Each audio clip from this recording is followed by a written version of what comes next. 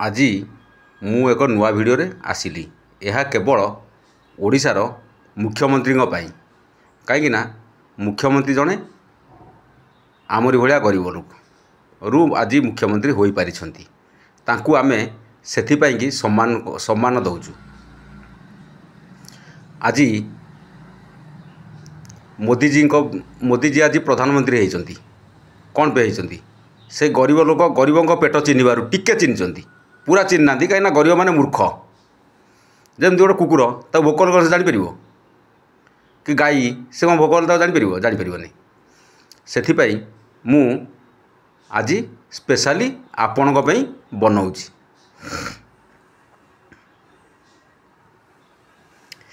ବନେଇବାର ମୁଖ୍ୟ କାରଣ ଏହିକି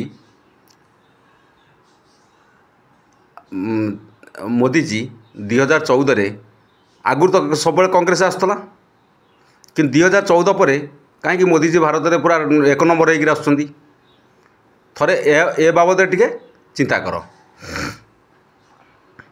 ସବୁ ନିୟମ କଲେ, କିନ୍ତୁ ଜୁଡ଼ିସିଆଲ ସିଷ୍ଟମଟିକୁ ଲୋକଙ୍କୁ ଦେଖେଇଲେ ନାହିଁ। ମାଛ ଦେଖେଇବ, ମାଛ ଖାଇବାକୁ ଦେବ, ମାଛ ଭାଜିକିରି, କିନ୍ତୁ କଞ୍ଚା ମାଛ ତରକାରୀଟା ଶିଖେଇବନି। ମୋଦିଜୀ ଏଇଭଳିଆ କାମ କଲେ। କିନ୍ତୁ ଆମେ ସାରା ଓଡ଼ିଶାବାସୀ ଚାହୁଁଛୁ ଆପଣ ବି ତାଙ୍କ ଭଳିଆ ପ୍ରଧାନମନ୍ତ୍ରୀ ହୁଅନ୍ତୁ। ପ୍ରଧାନମନ୍ତ୍ରୀଙ୍କ ପାଇଁ କୌଣସି ଭାଷା ଆବଶ୍ୟକ ନାହିଁ। ହିନ୍ଦୀର ଆବଶ୍ୟକ ନାହିଁ। ଦେବଗୌଡ଼ା ଅତୀତରେ ଦେବଗୌଡ଼ା ପ୍ରଧାନମନ୍ତ୍ରୀ ଥିଲେ, ସେ କେଇଟା ହିନ୍ଦୀ କହିଛନ୍ତି? ହିନ୍ଦୀର କୌଣସି ଆବଶ୍ୟକ ନାହିଁ। ଆପଣ ଓଡ଼ିଆ ଆଉ ଇଂରେଜୀରେ ବି ଭଲ ପ୍ରଧାନମନ୍ତ୍ରୀ ଗୋଟେ ଭାରତର ହେଇପାରିବେ, କିମ୍ବା ଖାଲି ଓଡ଼ିଆ ଭାଷା କହିଲେ ବି ଭଲ ପ୍ରଧାନମନ୍ତ୍ରୀ ହେଇପାରିବେ। ତା ପାଇଁ କିଛି ନିୟମ ଜାଣିବା ଦରକାର। ମୋଦିଜୀ 2014ରେ ଯେତେବେଳେ ଆସିଲେ, UAN ଆକୁ ମନମୋହନ ସିଂ ଲଗାଇଥିଲେ। ୟୁନିଭର୍ସାଲ ଆକାଉଣ୍ଟ ନମ୍ବର, ମାନେ ବିଦେଶରେ ଚାକିରି କଲେ PFଟା ତା ଦେହରେ କନେକ୍ସନ୍ ହେବ। ଆଉ ମୋବାଇଲ ମେସେଜ ମାରିଲେ, ମୋବାଇଲର ମେସେଜଟା ମାରିଲେ ତା ଦେହରେ ମୋବାଇଲରେ ଗୋଟେ ମେସେଜଟା ଦେଲେ ସେ ମୋବାଇଲ PF ଅଫିସ ମେସେଜ ଛାଡ଼ିବ ମୋବାଇଲର ବାଲାନ୍ସଟା। ଇଏ ଯେତେବେଳେ ହେଇଗଲା ସୁବିଧାଟା, ମନମୋହନ ସିଂ ଆକୁ ଯେତେବେଳେ କରିଦେଲେ, ଆଉ ଏମ୍ପ୍ଲୟର ମାନେ ଡରିଗଲେ। ମୁଖ୍ୟତଃ ଦାଦନମାନଙ୍କଠୁ ତ ଲୁଟନ୍ତି ନା, ଆଉ କାହାଠୁ ଲୁଟିପାରିବେ କି ସେମାନେ? ବର୍ଷକୁ ଗୋଟେ ଚଟି ଭଳିଆ ସିଟ୍ଟେ ଦେଉଥିଲେ। ସେ ଚଟିଟା ବର୍ଷ ଯାଏ କିଏ ମନେ ରଖିଥିବ? ପୁଣି PF ଅଫିସରେ ଯେଉଁ ଝାମେଲା ଥିଲା, ସେତେବେଳେ PF ଅଫିସ ଗଲାବେଳେ ମାରିବାକୁ ଗୋଡ଼ଉଥିଲେ। ଯାହା ହଉ ମୋଦିଜୀ ଆସିକିରି ଗୋଟେ ଭଲ ନିୟମ କଲେ। ସେ ଯେଉଁ UAN ନମ୍ବରଟିକୁ ୟୁନିଫାଏଡ଼ ଆକାଉଣ୍ଟ ନମ୍ବର କରିଦେଲେ। ମାନେ ଦେଶରେ ଚାକିରି କଲେ ଯେଉଁ ନମ୍ବରରେ PF କଟିବ, ବିଦେଶରେ ଚାକିରି କଲେ ସେଇ ନମ୍ବରରେ PF କଟିବ। ତାପରେ ଆଉ ଗୋଟେ ବଡ଼ ଭଲ ଜିନିଷଟେ କରିଥିଲେ, ସେଇଟାକୁ ପ୍ରତ୍ୟାହାର କରିନେଲେ। କ'ଣ ସେଇଟା? ସେ ଜିନିଷଟାକୁ ବି ଆପଣ ଟିକେ ଜାଣନ୍ତୁ।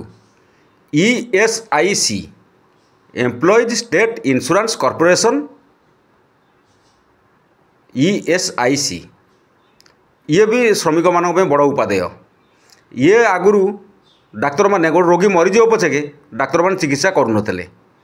ସେଇ ନିୟମ ମୋଦିଜୀ ଏ ସିଷ୍ଟମ୍ କଲା ପରେ ବି ସେଇ ନିୟମଟା ରହିଲା।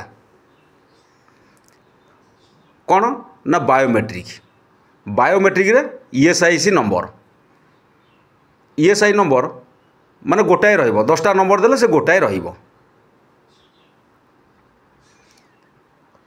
ଯାହାଫଳରେ କି ଶ୍ରମିକମାନେ ଜାଣିପାରିଲେ ଯେ ମୋର ESI ଏତିକି ଟଙ୍କା କଟୁଛି, ଆଉ ମୋର PF ବି ଏତିକି ଟଙ୍କା କଟୁଛି, ମୋର ବାଲାନ୍ସ ଏତିକି ଅଛି। ଶ୍ରମିକମାନେ ଜାଣିପାରିଲେ। କିନ୍ତୁ ତାର ଦେହରେ ଖେଳ ରହିଗଲା। ଖେଳ କ'ଣ ରହିଲା ନା, ଯେଉଁମାନେ ଚୋର ଦେଖିଲେ ଏ ଲୋକଟାର ଯୋଗ୍ୟତା କେତେ, ଇଏ କ'ଣ କରିପାରୁଛି କି ନ କରିପାରୁଛି, ନୂଆ UN ନମ୍ବର ପକାଇଦେଲେ। ନୂଆ UN ନମ୍ବର ପକାଇଲା ପରେ ଯଦି ସେ ନ ଜାଣିପାରିଲା କି ଇଏ ନ କରିପାରିଲା, ସେଠୁ ସେ PFଟାକୁ କ'ଣ କଲା, ସେମାନେ ଚଞ୍ଚକତା କରି ଲୁଟି ନେଇଯାଉଥିଲେ। କାହିଁକିନା ଆକାଉଣ୍ଟ ଖୋଲିବାର କୌଣସି ବାଧକତା ନଥିଲା। କଂଗ୍ରେସ ଅମଳରେ ଏଇଭଳିଆ ଥିଲା। କଂଗ୍ରେସ ଅମଳରେ ଆମେ ତ ଚାକିରି କରିବୁ ମନେକର ଚେନ୍ନାଇରେ, PF କରୁଥିବ ଦିଲ୍ଲୀରେ, କଣ୍ଟ୍ରାକ୍ଟର ଅଫିସ ଥିବ ଦିଲ୍ଲୀରେ। এইভাবে সিচুয়েসন মোর হয়েছি। সে পিএফটা মু পাইপারুনি, এপর্যন্ত সব প্রমাণ থাইকি বি পাইপারুনি। ସବୁ ପ୍ରମାଣ ଅଛି, ଚାକିରିର ପ୍ରମାଣ ବି ଅଛି, କିନ୍ତୁ ପିଏଫ୍ଟା ମୁଁ ପାଇପାରୁନି। କାହିଁକି ନା ମୁଁ ସେତେବେଳେ ଡ୍ୟୁଟି କରୁଥିଲି ପଣ୍ଡିଚେରୀରେ। ଶୁଣନ୍ତୁ ମୋହନ ବାବୁ, ଏଇଟା ମନ ଦେଇକି ଶୁଣନ୍ତୁ, ପଣ୍ଡିଚେରୀରେ ବି ଗୋଟେ ପିଏଫ୍ ଅଫିସ୍ ଅଛି। ସିଏ କାଟୁଥିଲା କେଉଁଠି? ସିଏ କାଟୁଥିଲା ଚେନ୍ନାଇରେ। ମୁଁ ଯେତେ ଥର ପଣ୍ଡିଚେରୀ ପିଏଫ୍ ଅଫିସ୍ ଯିବି, ସେ କହିବ ନାଇଁ ନାଇଁ ସେଇଟା ଚେନ୍ନାଇରେ କଟା ହେଉଛି, ସେଇଟା ଆଉ ତମେ ସେ ଚେନ୍ନାଇ ଅଫିସ୍ ଗଲାବେଳକୁ ଚେନ୍ନାଇ ଅଫିସ୍ ସେ ନମ୍ବରଟା ମୋତେ ମୁଁ ତ ମାଗିଲି ନମ୍ବରଟା କ'ଣ, ସେ ନମ୍ବର ଯେତେବେଳେ ଦେଲି ତା ଦେହରେ ଆଉ ଗୋଟେ ଏମ୍ପ୍ଲୟ ନମ୍ବର ଅଛି, ଏମ୍ପ୍ଲୟର ନମ୍ବର। ପିଏଫ୍ ବାଲା କ'ଣ କଲା, ମୋତେ ମାରିବାକୁ ଗୋଡ଼େଇଲେ। ଆଉ ସେଇଠୁ ମୁଁ ଚାଲି ଆସିଲି। ତାପରେ ଚାଲି ତ ଗଲି, ଆମେ ତ ହେଲୁ କ'ଣ ମୋବାଇଲ ଶ୍ରମିକ ବା ମୋବାଇଲ ଦାଦନ ଶ୍ରମିକ ତ ନୁହଁ, ଦାଦନ, ମୋବାଇଲ ଦାଦନ। ଆମେ ସେଇଠୁ କ'ଣ କଲୁ ନା, ସେ ସଂସ୍ଥା ବି ପଳେଇଗଲା, ତାର ପତା ବି ଆମେ ପାଇଲୁନି। ତା ନାଁ ଥିଲା ଟପ୍ସ ସିକ୍ୟୁରିଟି ଲିମିଟେଡ଼। ପୁଣି ପଛରେ ଯେତେବେଳେ ନେଟ୍ରେ ଯେଉଁ ସର୍ଚ୍ଚ କଲାବେଳକୁ, ସେତେବେଳେ ନୂଆ ନୂଆ ନେଟ୍ ହେଉଥାଏ, ତାର ଅଫିସଟା ହେଉଛି ମୁମ୍ବାଇରେ ଆର୍ଏ କଲୋନୀ ଗୋରେଗାଁव। ସେ ଅଫିସକି ସେ ନମ୍ବରକୁ ବି ଫୋନ୍ କଲି ବାରମ୍ବାର, ସେ ମୋତେ କିନ୍ତୁ ପିଏଫ୍ ନମ୍ବରଟା କହିଲେ ନାହିଁ। ତାର ତ ସେ ପିଏଫ୍ ଅଛି କି ଲୁଟି ହେଇଛି। ଯଦି ଆପଣ ମୋ ନମ୍ବରକୁ ଯଦି ଏଇ ଭିଡ଼ିଓଟା ଦେଖିକି ମୋତେ ମାଗନ୍ତି, ତାହେଲେ ମୁଁ ଆପଣଙ୍କୁ ସବୁ ଡକୁମେଣ୍ଟ ଦେଇଦେବି। ତାର ପିଏଫ୍ କିଛି ପାଇଲି ନାହିଁ ମୁଁ। ମାନେ କେତେ ଚଞ୍ଚକତା କରିକି ଇଏ କରିଥିଲେ। ମୋର ବି ଆକାଉଣ୍ଟ ନମ୍ବର ସବୁ ଠିକ୍ଠାକ୍ ଅଛି, କିନ୍ତୁ ଏଇଆ ସେତେବେଳେ ଆମେ ଯେତେବେଳେ ଚାକିରିଟା କରୁଥିଲୁ, 5-10ଟା ଆଙ୍ଗୁଠିର ଟିପ ଦେଉଥିଲୁ, ଯାହାକି ଆକାଉଣ୍ଟ ଖୋଲିବାକୁ ତାଙ୍କୁ ସହଜ, କି ପିଏଫ୍ଟା ଲୁଟିବା ପାଇଁ ସହଜ। ପିଏଫ୍ ତ କେବେ ହାତକୁ ଦେବନି ନା। ତାପରେ ସବୁ ଯେତେବେଳେ ମାନେ ଅନକ୍ଲେମ୍ ଷ୍ଟାଟସରେ ରହିଗଲା, ଯେତେବେଳେ ମନମୋହନ ସିଂ ମେସେଜ ସିଷ୍ଟମଟା କରିଥିଲେ, ଅନକ୍ଲେମ୍ ଷ୍ଟାଟସରେ ରହିଗଲା ପିଏଫ୍ ଗୁଡ଼ାକ, ମୋଦିଜୀ ସେଠୁ ଆସିକିରି କ'ଣ କଲେ ନା, ସେଇଟା ଲୋକଙ୍କୁ ଆଉ ଭଲ ଭାବରେ ଜାଣିପାରିଲେନି। ମୋଦିଜୀ ଆସିକି ସେ ୟୁନିଭର୍ସାଲ୍ ନମ୍ବରଟାକୁ ୟୁନିଫାଏଡ଼୍ ନମ୍ବର କରିଦେଲେ। ଆପଣ ଏ ଗୋଟେ ଭଲ କି ମାନେ ମନ ଦେଇକି ଟିକେ ଶୁଣନ୍ତୁ, ଭିଡ଼ିଓଟିକୁ ମନ ଦେଇକି ଟିକେ ଶୁଣିବେ, ଦେଖିବେ, ଟିକେ ଲମ୍ବା ରହିପାରେ। ତାପରେ ଇଏସ୍ଆଇ ତ ଆମେ ମାନେ ସେତେବେଳେ କିଛି ନମ୍ବର ଫମ୍ବର ସିଷ୍ଟମ୍ ନଥିଲା। ତାପରେ ମୋଦି ଯେଉଁ 2014 ପରେ ଯେଉଁ ନମ୍ବର କରିଦେଲେ, ତା ଦେହରେ ଗୋଟେ ସଂସ୍ଥା ନୂଆ ନୂଆ ନମ୍ବର ପକାଇଲେ। ନୂଆ ନୂଆ ନମ୍ବର ଯେତେବେଳେ ପକାଇଲେ, ନୂଆ ନମ୍ବରଟା ଇଏସ୍ଆଇ ତ ଆପ୍ଲିକେବୁଲ୍ ନୁହେଁ, ଆକ୍ସେପ୍ଟ କରିବ ନାହିଁ। ଯେତେବେଳେ ଅସୁବିଧା ପଡ଼ିଯିବ, ସେତେବେଳେ ଇଏ କ'ଣ କରିବେ ନା, ସେଇଟାକୁ ସମାଧାନ କରିବେ। ଆଉ ଇଏସ୍ଆଇର ଆଉ ଗୋଟେ ଖରାପ ଗୁଣ ଅଛି, ସବୁଯାକ ଡକୁମେଣ୍ଟ ଠିକ୍ ଥାଇକିରି ବି ଡାକ୍ତର ମନା କରିଦେବେ। ଏ କମ୍ପ୍ୟୁଟର ସେକ୍ସନ୍ କାହିଁ ନା, କମ୍ପ୍ୟୁଟର ଥୁଆ ହେଇଛି, ଆମେ କ'ଣ ଡାକ୍ତର କମ୍ପ୍ୟୁଟର ଚଲେଇବୁ, ଏ କଥା କହିବେ। ଭୁବନେଶ୍ୱର ଇଏସ୍ଆଇରେ ମୁଁ ଚନ୍ଦ୍ରଶେଖରପୁର ଇଏସ୍ଆଇ କଥା ମୁଁ କହୁଛି। ଆଉ ଲୋକଙ୍କୁ ଖାଲି ହଇରାଣ କରିବା କଥା, ଯାଅ ଏଇଟା ଦୋକାନରୁ ଜନସେବା କେନ୍ଦ୍ରରୁ ପ୍ରିଣ୍ଟ କରି ଆଣ, ସେଇଟା ପ୍ରିଣ୍ଟ କରି ଆଣ, ଏମିତିକିରି ସେମାନେ କରନ୍ତି। ଟିକେ ମନ ଦେଇକି ସେ ଶୁଣନ୍ତୁ। ଆମେ ଚାହୁଁଛୁ ଆପଣ ପ୍ରଧାନମନ୍ତ୍ରୀ ହୁଅନ୍ତୁ। ପ୍ରଧାନମନ୍ତ୍ରୀ ହେବାର ଏହା ହେଉଛି ଗୋଟେ, ଏସବୁ ଜିନିଷ ଜାଣିବା ଦରକାର। ତାପରେ ଜମି କେସ୍ ଗୁଡ଼ାକ ସବୁ ଯାହା ତ ଆପଣ ଜାଣିଛନ୍ତି, ଆଉ ବିକ୍ରି କଲା ଲୋକ 10 ଥର ବିକ୍ରି କରିଦେବ। ଆଉ ଛାଡ଼ ସେ କଥା, ସେ ଜମି କଥା ମୁଁ ଛାଡ଼, ଗରିବ ଲୋକଙ୍କ କଥା ଛାଡ଼। ବର୍ତ୍ତମାନ ଆମେ ଶ୍ରମିକଙ୍କ କଥା ଉପରେ ଆଲୋଚନା ଚାଲିଛି। ସେଇଠୁ ଗୋଟେ କ'ଣ କରନ୍ତି ନା, ଗୋଟେ ଯେ ଟିକେ ନିଜର ଅଧିକାରଟା ମାଗିଦେଲା, ତାକୁ କ'ଣ କରିବେ ନା, ଯେଉଁ କ୍ଲାଏଣ୍ଟ ମାନେ ତାକୁ ଫସେଇ ଦେବେ। ଆଉ ସୁପ୍ରିମକୋର୍ଟ ସେ ଯାଇପାରିବନି। ଆଉ ଗରିବ ଲୋକ ସୁପ୍ରିମକୋର୍ଟ ଯାଇପାରିବନି। ସେଠୁ ଗଲା କେସ୍ ଗଲା। ଯେତେବେଳେ କୋର୍ଟକୁ ଯିବ, ତାକୁ ଲୁଟିଲା ପରେ କୋର୍ଟକୁ ଯେତେବେଳେ ଯିବ, ଲେବର କମିଶନର କେଉଁଠି ଚାକିରି କରିଥିଲ ନା, ଚେନ୍ନାଇରେ। ଚେନ୍ନାଇ ଯାଅ, ଆରେ କି ବାଙ୍ଗଲୋର ଯାଅ, ସିଆଡ଼େ କରିବ। ଆରେ ତାର ସିନା ସେ ଆସ୍କାସ୍ ଥିଲେ ସିନା ସିଆଡ଼େ କରିବ ସିଏ। ଦେଖନ୍ତୁ କେତେ ଖରାପ ନିୟମ। ଆଉ କୋର୍ଟକୁ ଗଲାବେଳକୁ ଓକିଲ କହିବ ଏଇଟା କ'ଣ ହେଇପାରିବ, ଏତିକି ଟଙ୍କା ଲାଗିବ ଆ ଦେହରେ, ତୁମ ଦରମା କେତେ, ଛାଡ଼ିଦିଅ ଏ କେସ୍ଟାକୁ। ତା ଅର୍ଥ ଲେବର ଖଟିବ, ଠିକାଦାର ଖାଇବ। ମାନେ କେତେ ଖରାପ ନିୟମ ଏବେ ବି ଅଛି। ମୋଦିଜୀ ଏସବୁ ଜିନିଷ ଉପରେ ଜାଣିବାକୁ କେବେ ଚେଷ୍ଟା ବି କରୁନାହାନ୍ତି। ଆପଣ ଏ ଜିନିଷଟିକୁ ଜଣାନ୍ତୁ, ଭଲ ଭାବେ ଜଣାନ୍ତୁ। ଆଉ ସମ୍ପୂର୍ଣ୍ଣ ଓକିଲ ହେଉଛନ୍ତି ଦେଶର ମୌଳିକ ଅଧିକାରକୁ କ୍ଷୁଣ୍ଣ କରୁଛନ୍ତି। ଆଉ ଲ କଲେଜ ହିଁ କ୍ଷୁଣ୍ଣ କରୁଛି।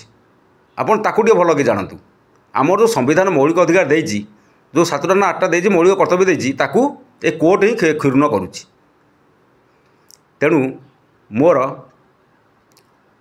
आपण को एतिक अनुरोध आ गोटे भल कि देखूँ आपण गाँ गहली बहुत भी दादन काम कर सरकारी दादन अच्छा प्राइवेट दादन अच्छा आउ इटा भाटी काम कला दादन भी अच्छा।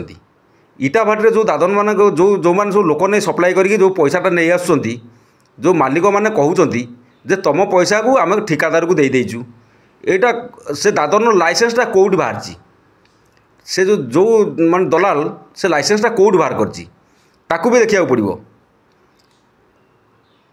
पंचायत ओडिशा बाहर कर दियंती पंचायत बाहर करती आसिक जो कम करते से जगह बाहर कर दियंती पैसा पाखे अच्छी 2-3 लाख टका देकर बाहर कर दियंती। से दादन मैंने भी आज गोटे बड़ बड़ कंपानी जो दादन सप्लायर मैंने बड़ बड़ कंपानी दलाल मैंने बड़ बड़ कंपानी भी कर लिमिटेड कंपानी कर सर्वे कले जानीपर। किंतु से सब कथा छाड़ सी तो खटिले से कौन करेंगे ना दादन मानू खटेबे पैसा को रखीदे क्लाएंट हाथ रहा क्लाएंटर काम हो जाऊँगी सी कहीं गोटा डिमांड कर एणु आपन टे भल कि गाँ लोक मिशंतु। हाँ आउ गोटे कथा सचिव मानू जो छटई करुँच बदली करा ठीक सचिव मैंने चाहिए इच्छा चाकरी करना से कि बोपा संपत्ति नुह सी सचिव मैंने हूँ आईएएस हूँ आईपीएस हूँ पुलिस हूँ एम चाकरी डिमांड ना यहाँ एम के दाबी करवाटा उचित नुहे कहीं बोपार संपत्ति नुहे कि बोपार कौन किसी अधिकार ना। पुलिस वाला हाथ उठेदेला देखिकी चाकरी छटई कि छटई दरकार कहीं बहुत आगु ट्रांसफर नवीन सरकार बहुत ट्रांसफर कर कि जो कथा को सही कथा इठू गलापर जो कथा को सही कथा आउबा कौन मु कहबी आपण एटा को कहीं गरीब लोकटे नहेले से केबे शिक्षित हो पारनी जानीपारनी। मोदीजी गरीब लोक थे जहाँ भी जानले कि जानले जे किंतु मंजीटी को जानीपारे नहीं सारा पृथ्वी बुलले कौन हम निज देश तो लोक भी अशांति अच्छा कहीं केवल कोर्ट जोगे गरीब लोकर सुप्रीम कोर्ट पर्यंत अधिकार अच्छी। तेणु मु आपन को कहूँ आपण आमर प्रिय मुख्यमंत्री आपण भाया मुख्यमंत्री बहुत दिन पर ओडिशा पाई आगु को भी आपण जदि ठीक उपयुक्त निष्ठार सह काम करेंगे ताहले आगु को भी नवीन बाबू कौन 5 वर्ष रही 25 वर्ष रही आपण भी बंची रहीपर जदि निष्ठार सह काम करेंगे।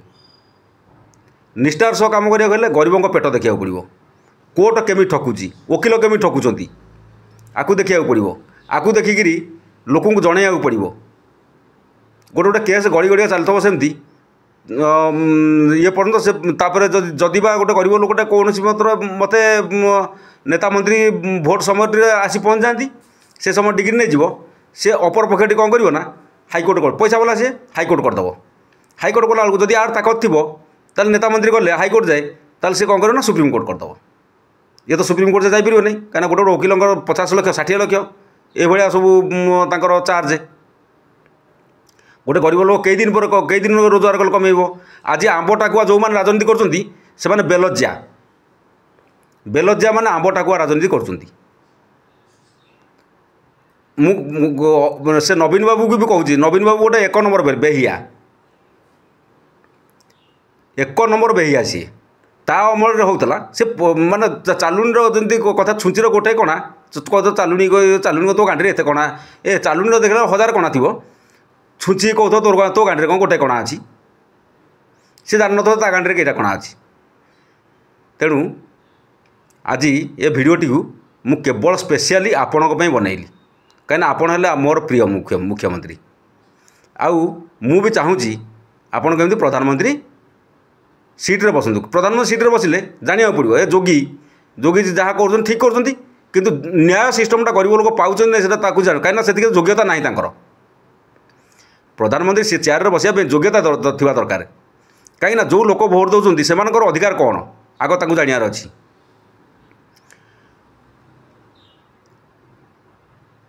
ESI PF पर तो जानले आउ गरीब मानकर मोदी जो ईआरपी करते ईआरपी ई ऑर्डिनेंस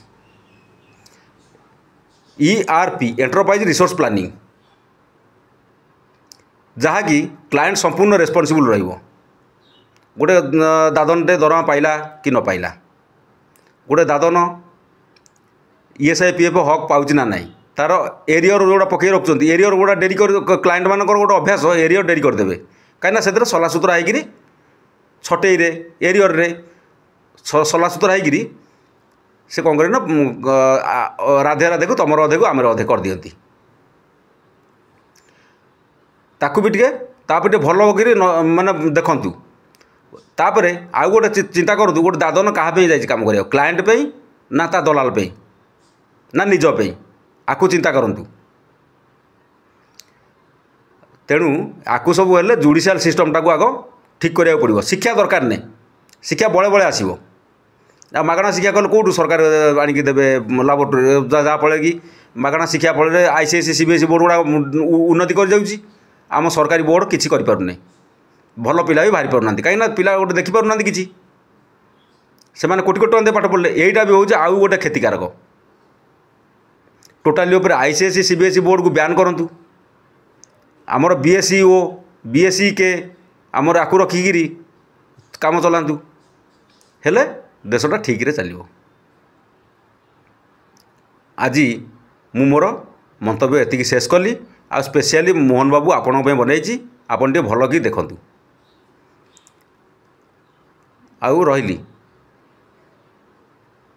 प्रणाम महाराज भरत प्रणाम भारत माता माँ शकुंतला प्रणाम भारत पिता महाराज दुष्मंत प्रणाम कण्व मुनि